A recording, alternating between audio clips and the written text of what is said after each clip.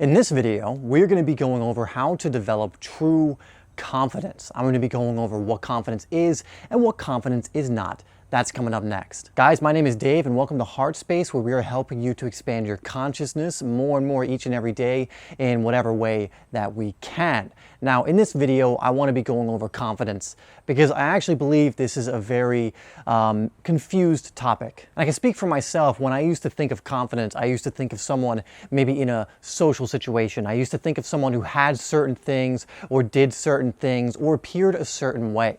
And I feel like that's a lot of what most people believe confidence to be. Someone who looks a certain way or speaks a certain way or has certain things. Maybe the person with money must, as a byproduct also be confident, or maybe the person who seems suave in a social interaction is someone with confidence. And that may also be the case. They might be confident, but this usual almost bravado seems to be what most people believe confidence to be.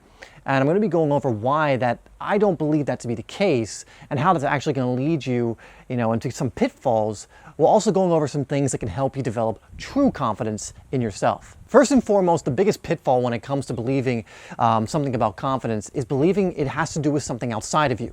So for example, someone could have a lot of money and feel confident because they do, but then what happens when you remove that money? Someone might feel confident because they're good in certain situations, let's say social situations, but if you take that away for whatever reason, then what happens? Where does that confidence go? Essentially, most people look at confidence as something that's happening externally.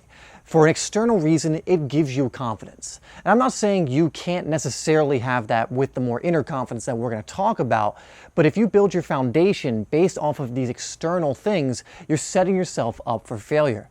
Let me give you kind of a sports example. As I teach soccer and I play soccer, if you put your confidence, your full confidence in your performances in a match, then your confidence is always going to go up and down.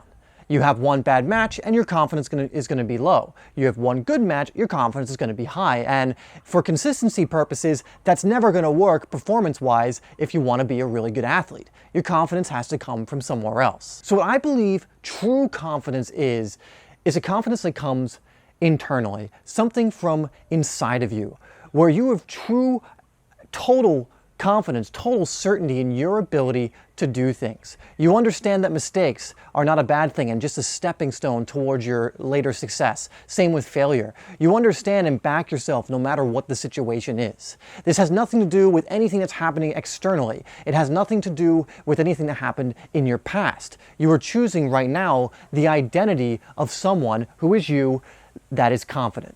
The true reason most people are not confident, or the ones who are not, is because they choose an identity that isn't confident.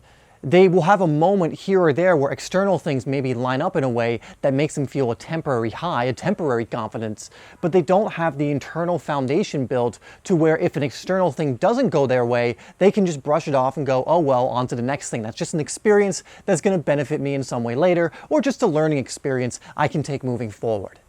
And people with true confidence, real confidence, always have a mentality that either is that or similar to that. Whereas if something goes great, absolutely fantastic, celebrate that win, but they still root themselves, ground themselves, and say to themselves, you know what, I know that came from me, that came from within me, not something in the external, something from within. Then when something doesn't go according to plan, so let's say you lose some money, or let's say you are an athlete and you lose a game or whatever, they don't lose confidence. They're able to take that on board, whatever experience happens in their external world, and still root themselves, ground themselves in that internal confidence, self-assuredness that they have. So how do you start to develop this? Well, the thing I tell players, which is on my other channel, Simply Soccer, to start developing confidence in soccer is you need to change your identity. Because if you associate as someone who just isn't confident, is someone who puts all of the emphasis on the external, then I don't care what you do, until that changes, you will never be truly confident. You will always be someone who's flip-flopping between confidence and not confident based on what the external circumstances are. But if you're someone who can change how they view themselves, and you can change that to someone who is extremely confident, who is 100% certain in what they're doing, in the sense of, I know I'm going to give my best every single time, I'm going to make a good account of myself, then you are going to change how you view yourself internally. No one who is truly confident views themselves poorly internally. No one who is confident views themselves in a negative way internally, or identifies themselves as someone negative or who can't do it or who isn't confident. It all comes from that internal idea of how you view yourself. And so a simple exercise you can do is just to start to write out some identities that you would like to move into. And I really mean that, move into. You are actually an identity right now. You are moving from an identity right now that either you or someone else gave you probably many years ago, and you've been reinforcing that identity ever since. But the great thing about this is you can shift into a new identity. And you can do this by first writing out what that you want that to be. So do you want to be confident? Do you want to be someone who acts a certain way, looks a certain way? Do you want to be someone who comes from certain emotions, moves from, and acts from love and gratitude, instead of someone who's pessimistic and acts from a more negative place? And what you can do is you can start writing out what someone with the identity that you want to move into looks like. What is their physiology? What do they look like? How do they carry themselves? Are they slumped over, kind of like this? You know, they always talk about body posture and body language when it comes to confidence, but there's something to it, because if you're confident, you're not going to be like this, going through life with your head down, letting things pass you by. You're going to be alert and ready and curious, assured in yourself. So what does the body language of the identity you want look like? 2, what are the thoughts, the ideas, the philosophy of this person? What are their internal beliefs? Are they someone that has honor, courage? Are they someone who acts from love? Identify what that is for this person you're creating, that you're going to move into. And 3rd, what actions do they take? Is this someone who follows through on what they say they're going to do? Is this someone who acts in the face of fear or cowers away from it?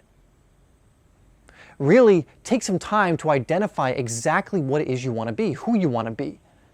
And once you have that all written out, now that you're aware of what it is you're going for, it's going to become a lot easier to just start developing that identity of you that is actually truly confident. All right, guys, so there's a little exercise you can do to work on this. Again, just remember, if you start putting all of your value, all of your confidence on things that are happening in your external, you are always setting yourself up for failure, because those things can fall apart. It's just a rocky, shaky foundation. It's like building a house on a really bad foundation. Eventually, it's going to crumble. But if you build it on these internal ideas, on shifting an identity deliberately, it's a much more solid foundation that is going to help lead you into many different opportunities and experiences in your life. Anyway, guys, make sure you sub to the channel if you haven't already, and I'll see you in the next video.